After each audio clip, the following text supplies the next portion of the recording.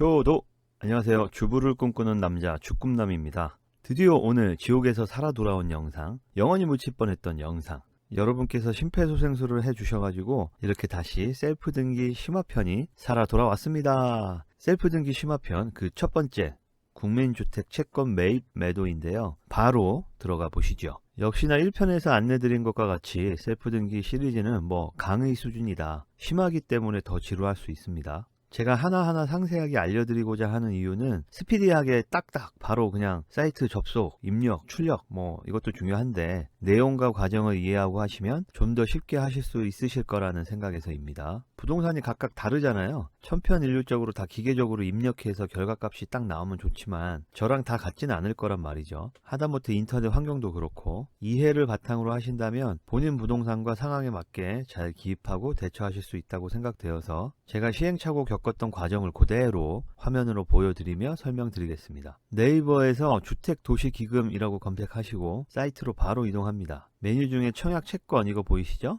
여기에 마우스를 갖다 대시면 아래로 내용이 더 나오죠. 셀프 채권 매입 도우미로 가봅니다. 여기에 이제 이런 절차로 하라고 간단하게 나와 있어요. 그런데 결국 홈페이지에서 확인해라, 인터넷 은행 또는 은행 창구 방문하란 소리뿐이죠. 다시 주택채권 안내를 눌러보겠습니다. 1종, 2종 설명이 나와 있고 2종은 2013년 5월부터 발행 폐지되었다고 하는데 왜 여기 보이게 놔둔 건지 잘 모르겠기도 하고요. 이유는 있겠지만 별도로 게시해야 안 헷갈릴 것 같아요. 내용을 보면 분양받은 사람들은 2종 국민주택채권을 사야 하는 것 같은데 폐지되었다고 써놓으면 어쩌란 걸까요? 이렇게 내비두려면 폐지되고 뭘로 바뀌었다라는 안내까지 있어야 국가기관의 홈페이지라고 할 수 있지 않겠습니까? 아무튼 그럼 남아있는 1종 국민주택 채권을 누르고 개요를 눌러봅니다. 매입 대상자, 여기 원래의 1종 대상자하고 아래 파란 글씨로 소유권 보존 또는 이전 시의 당해 등기 명의자, 여기에 우리가 해당되겠네요. 1종인 것이 확인되었습니다. 묻고 따지고 할 것도 없이 이제 1종 하나 남아있기 때문에 다른 걸 고민하고 자시고 할 것도 없지만은 확인하고 알고 하는 게 중요한 것이니까요. 그럼 이름도 생소한 국민주택 채권은 도대체 뭐냐? 결국 국민주택 채권이라는 것은 부동산을 소유하게 되면 반드시 내야 하는 세금과 같은 것이라고 느껴지네요.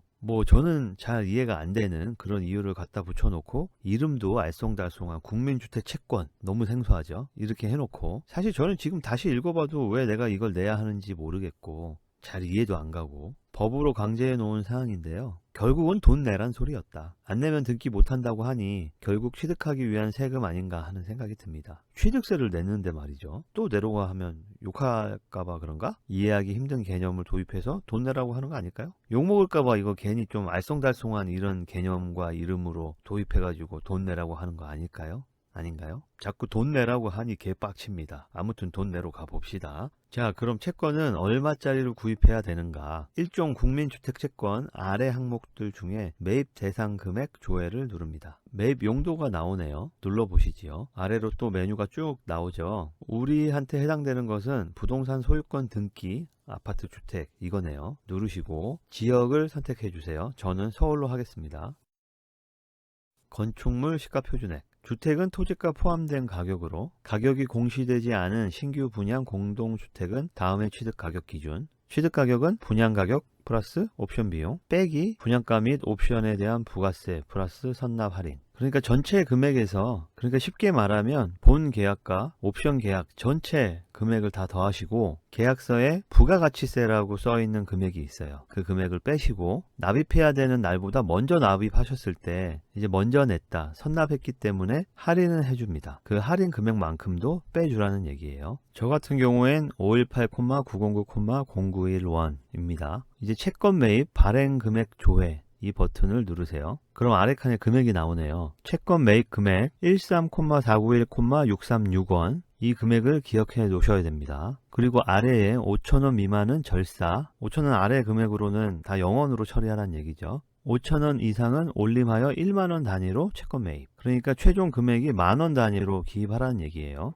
아래에 시가표준액 추가 확인 방법은 그냥 참고하시면 될 것 같습니다. 다음은 고객 부담금 조회를 누릅니다. 발행 금액 동일하게 나와 있죠. 발행 금액 1만원 미만의 금액의 경우 5,000원 이상일 때는 1만원, 5,000원 미만이면 없는 것으로 계산하세요. 저는 13,491,636이었는데 이대로 기입하고 조회를 눌러볼까요? 네, 거래 가능한 금액은 10,000원 단위입니다 라고 에러 표시가 뜨죠. 저는 끝에 금액이 1636원, 5,000원 미만이기 때문에 그냥 0원으로 처리하고 1349만원을 입력했습니다. 조회 기간은 입력하는 당일 날짜, 오늘 날짜로 하시면 되고요. 과세 구분은 우리는 개인이니까 개인 과세, 그리고 조회를 눌러줍니다. 그럼 아래 칸에 금액이 나오네요. 다 참고사항이고 중요한 것은 즉시 매도 시 본인 부담금입니다. 와, 53만 171원. 이것도 부담될 정도로 큰 돈을 내라는군요.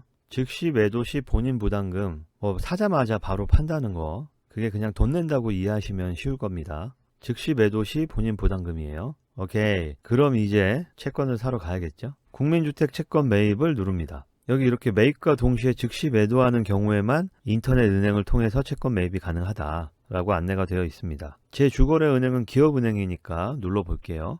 당연히 로그인 해야겠죠. 로그인.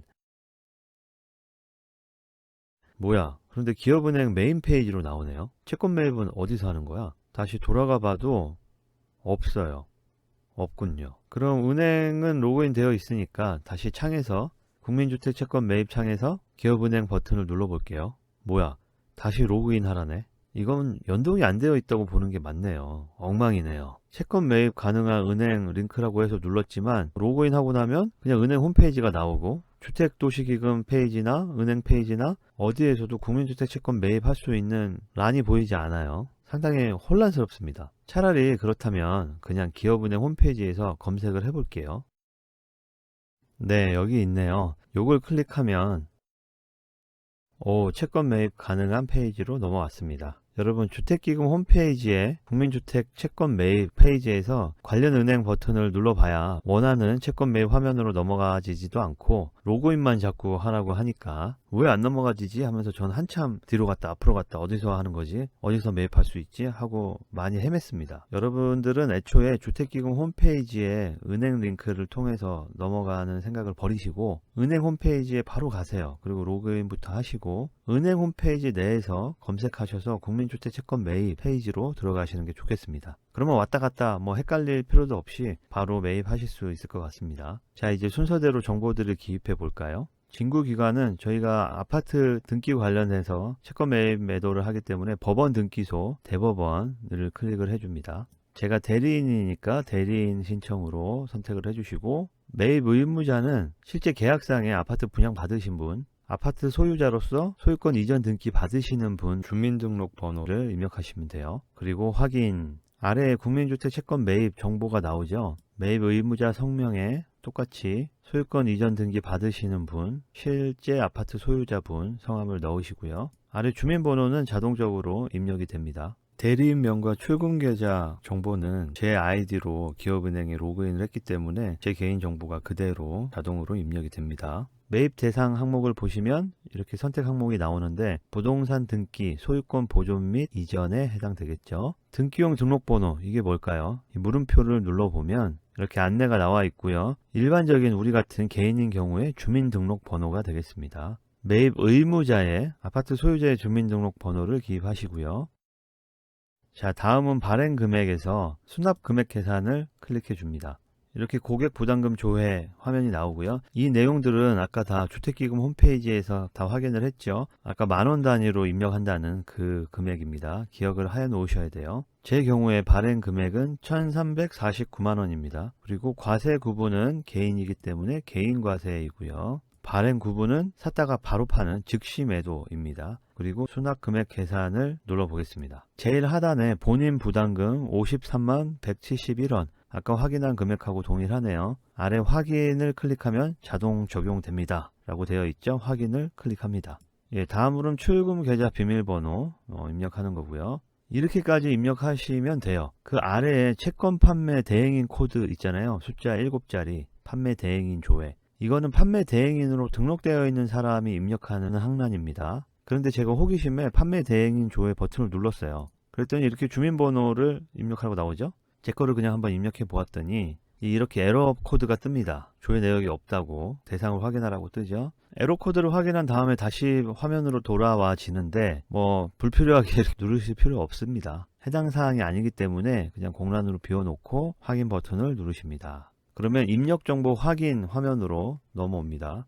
뭐 입력한 그대로예요. 진구기관, 대법원 등기소, 출금 계좌는 제 은행 계좌, 매입 의무자는 아파트 소유자, 실명번호는 주민등록번호, 매입 대상, 그 채권 매입의 목적이 되겠죠. 부동산 등기 소유권 보존 및 이전, 발행 금액은 1349만원의 채권 확인됐죠. 그리고 하단에 OTP 번호 입력하면 제 통장에서 자동으로 돈이 빠져나갑니다. 채권은 본 적도 없는데 뭐 샀다가 바로 판게 되는 거죠.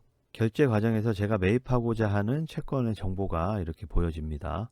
자, 대금이 됐기 때문에 실행 완료 페이지로 넘어왔고요. 상세 보기를 클릭해 보면 매입 채권에 대한 상세 정보가 이렇게 보여집니다. 지금 매입 채권이라고 되어 있지만 사자마자 판매했기 때문에 채권을 실제로 보유한 것은 아니고요. 차감 지급액 53만 171원을 어떤 세금의 한 형태인 것처럼 지불을 한 것 뿐이죠. 나머지 내용들은 앞 단계에서 입력했던 값들이 그냥 그대로 옮겨져 온 거기 때문에 크게 오류가 일어날 확률은 거의 없을 겁니다. 한번 가볍게 확인해 주시면 되겠습니다. 그리고 끝!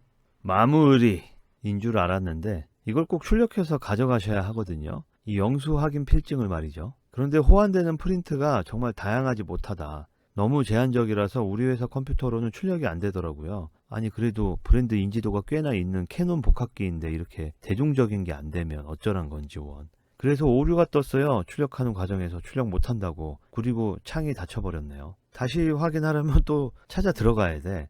아까 전에 주택도시기금 홈페이지에서 은행 페이지로 연결되는 그 과정에서도 왔다 갔다 좀 혼란스러운데 이렇게 프린트가 또 호환이 안 되면 또 꺼져 버리더라고요, 페이지가. 그러면 또 다시 채권 현황 조회하는 그 페이지로 가서 제 이력을 검색해서 다시 출력을 해야 되는 그런 번거로운 작업을 해야 되는데 이런 불친절한 사이트 호환 구조가 사람을 힘들게 하는 것 같습니다. 저는 이제 영상을 편집하면서 좀 매끄럽게 진행되는 화면을 보여드리고자 편집을 해서 그런데 사실 제가 그냥 혼자 처음 할 때는 계속 사이트를 왔다 갔다 들락날락 막 헷갈리게 여기 갔다 저기 갔다 자꾸 꺼지고 다시 찾아 들어가야 되고 막 이런 짜증나면서도 복잡스러운 작업을 많이 했다는 얘기죠. 혹시 몰라서 다른 프린터도 확인해보고 했는데 결국은 사람 불렀습니다. 지인한테 출력을 부탁했고요. 아니 그래도 국가기관 사이트도 아니고 온 국민이 다 사용하는 이 기업은행 사이트가 호환성이 뭐 이 모양이야? 캐논이나 제록스 뭐 외국 제품보다는 프린트 목록들 보니까 삼성 프린터에 좀 더 호환이 잘 맞춰진 듯한 느낌이 듭니다.